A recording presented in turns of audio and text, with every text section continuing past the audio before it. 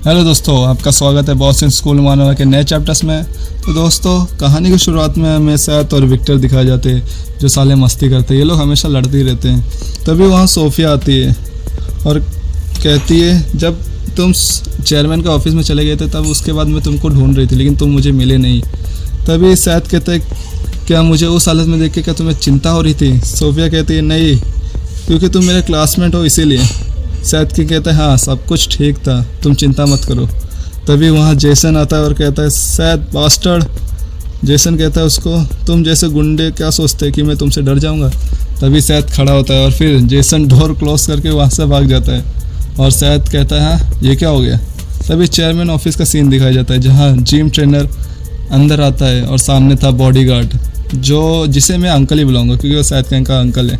Uncle कहता है, please बैठ जाओ तुम। जिम ट्रेनर कहता है, क्या तुम मुझे ढूंढ रहे थे? बॉडीगार्ड कहता है, अंकल कहता है, हाँ। ट्रेनर मतलब जिम टीचर कहता है, मैं तुम्हारी क्या मदद कर सकता हूँ? अंकल कहता है, कैसा रहेगा कि तुम स्कूल के चेयरमैन बन जाओ?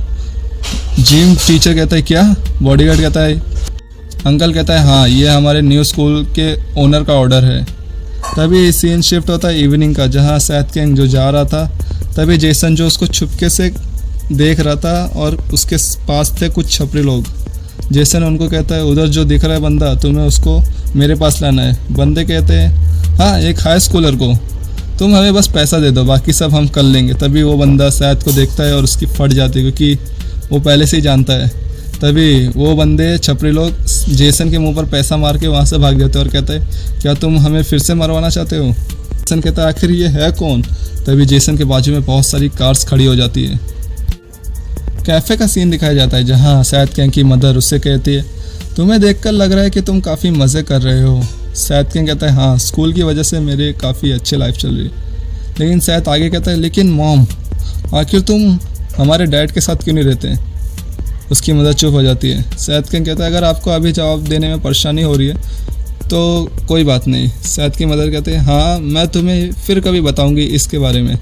सैथ गैंग कहता है, ठीक है अब मुझे जाना होगा। तभी सैथ गैंग की मदर का फ्लैशबैक दिखाया जाता है जहाँ सैथ गैंग के फादर और सैथ गैंग की मदर वहाँ है। सैथ गैंग की मदर कहती है, मैं तुम्हारे साथ रहना चाहती हूँ। लेकिन सैथ गैंग के फादर कहते हैं, तुम अच्छे से जानती हो मैं अभी सैथ गैंग को मुसीबत में नहीं डाल सकता।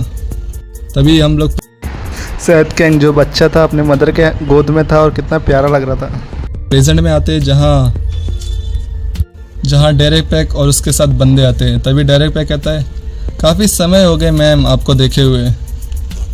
तभी दूसरी तरफ जहाँ बहुत सारी कार्स चल रही थी और कार के अंदर थे सैथ और उसके अंकल। उसके अंकल कहते हैं, मैंने जिम टीचर को चेयरमैन बना दिया है स्कूल का। सैथ गैंग कहता है, थैंक यू अंकल इसके लिए। सैथ गैंग कहता है, अंकल कहता है, after the school become non athlete school में बहुत सारा कर्जा हो चुका है। सैथ गैंग कहता है, क्या हम लोग अपनी कंपनी का पैसा उसमें डाल सकते हैं? तभी अंकल कहता है, हाँ मैंने सोचा है कि मैं उसमें 3 मिलियन इन्वेस्ट कर दूं, लेकिन उसको एथलीट स्कूल बनाने के लिए कुछ करना होगा। सैथ गैंग कहता है, क्या ऐसा पॉसिबल है कि वो एक एथलीट स्कूल बन सकता है? तभी अंकल कहता है, हाँ लेकिन हमारे स्कूल में से कुछ स्टूडेंट को मीडिया के सामने आना होगा, मतलब मीडिया के सामने फेमस होना होगा, तब जाके कुछ हो सकता है। सैथ गैंग कहता है, ओह अच्छा। तभी अंकल कहता है, हाँ और कोरिया जैसी कंट्री में पैसा ही पावर है। तभी सैथ आगे कहता है, हाँ और ये मेरे पास तो है। तभी स्कूल का सीन दिखाया जाता है जहाँ टीचर पढ़ा रहे वो वही बुढ़ा टीचर। तभी सैथ गैंग को कॉल आता है भूषान ब्रांच चीफ का। सैथ उसको उठाता है और कहता है, कौन? तभी उसके फ़ोन में से डायरेक्ट पैक जो कहता है, कैसे हो बॉस, क्या कर रहे हो? तभी सैथ गैंग कहता है, कौन हो तुम? डायरेक्ट पैक कहता है, अबे हरामजादे, तू मेरी आवाज़ नहीं पहचान पा रहा है? मैं डायरेक्ट पैक फ्रॉम भूषान से बोल रहा हूँ। सैथ गैंग कहता है, हाँ याद आया, लेकिन मैं अभी क्लास में हूँ। और Seth gang phone switch off कर देता है। डायरेक्ट पैक जो आगे कहता है, साला सैथ। डायरेक्ट पैक ने सैथ गैंग की मदर को किडनैप कर लिया था। तभी डायरेक्ट पैक जिसके पीछे 2 बंदे थे, डायरेक्ट पैक उनको कहता है, तुम लोग जाके उसको लेके आओ। वो छपरी लोग कहता है, यस सर। डायरेक्ट पैक कहता है, आज मैं उसे ख़त्म करूँगा। तभी सैथ बाहर आता है स्कूल के और सैथ गैंग के सामने एक कार आती है जिसमें से उतरते वो दोनों छपरी। सैथ गैंग कहता है, आखिर तुम लोग हो कौन? वो बंदे कहते हैं, प्लीज़ हमारे साथ चलो। तभी उन दोनों के पीछे आता है ड्राइवर और कहता है, आखिर तुम लोग क्या सोच रहे हो? तभी वो बंदे कहते हैं पीछे मुड़ के, रॉड तुम? तभी वो ड्राइवर कहता है तुम्हारी हिम्मत कैसे हुई बॉस को ऑर्डर देने के लिए? सैथ किंग आगे कहता है तुम लोग क्या चाहते हो, क्या करने आए हो? तभी एक बंदा फ़ोन निकाल कर सैथ किंग के हाथ में देता है। सैथ किंग उस फ़ोन को देखकर बहुत ज़्यादा गुस्से में आ जाता है। डेरेक पेक ने उसकी माँ को किडनैप किया था। तभी सैथ किंग को काफ़ी गुस्सा आ रहा था उसको देखकर। तभी एक छपरी बोलता है चलो हमारे साथ। तभी सैथ किंग का माथा जो घूमा हुआ था, सैथ किंग एक पंच मारता है उस छपरी के मुंह पर और उसको दूर फेंक देता है। तभी दूसरा छपरी बोलता है अबे साले तूने क्या किया? तभी सैथ किंग उसके मुंह पर एक पंच नहीं, फ़ोन फेंक के मारता है। फिर तभी उसके मुंह पर एक पंच मारता है और उसको ज़मीन में घुसा देता है।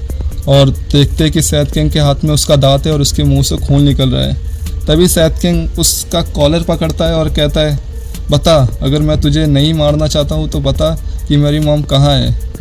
तभी कार्स जा रही थी और सैथ किंग कॉल पर अपने अंकल से बात कर रहा था। वो कहता है क्या हो रहा है अंकल? तभी अंकल कहता है तुम चिंता मत करो।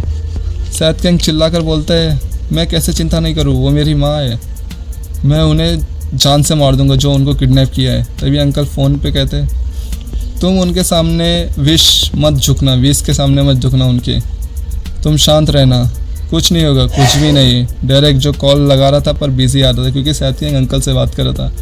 डेरेक आगे कहता है अब सैथ किंग की मदर से मुझे तुमसे कोई शिकायत नहीं है, लेकिन मुझे लगता है कि उस बच्चे को कंपनी के लिए अच्छा नहीं है, वो बच्चा है अभी और वो कंपनी चला नहीं सकता है।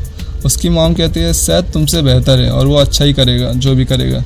डेरेक का दिमाग ख़राब होता है और कहता है तभी सैथ की मदर कहते हैं क्या आपको बुरा लगा? तभी डेरेक कहता है तू कूतिया। तभी सैथ की मॉम खड़ी होती है और इस बार सैथ की मॉम स्माइल की जगह सीरियस हो जाती है। दूसरी तरफ सैथ किंग के अंकल जो उससे बात कर रहे थे, सैथ किंग के अंकल बोलते हैं चिंता मत करो क्योंकि तुम्हारी माँ। तभी चैप्टर का एंड होता है और आपको दोस्तों कैसा लगा ये चैप्टर कमेंट में बताना और वीडियो को लाइक कर देना। मैं मिलता हूँ आपको नेक्स्ट पार्ट में। Okay bye, thank you.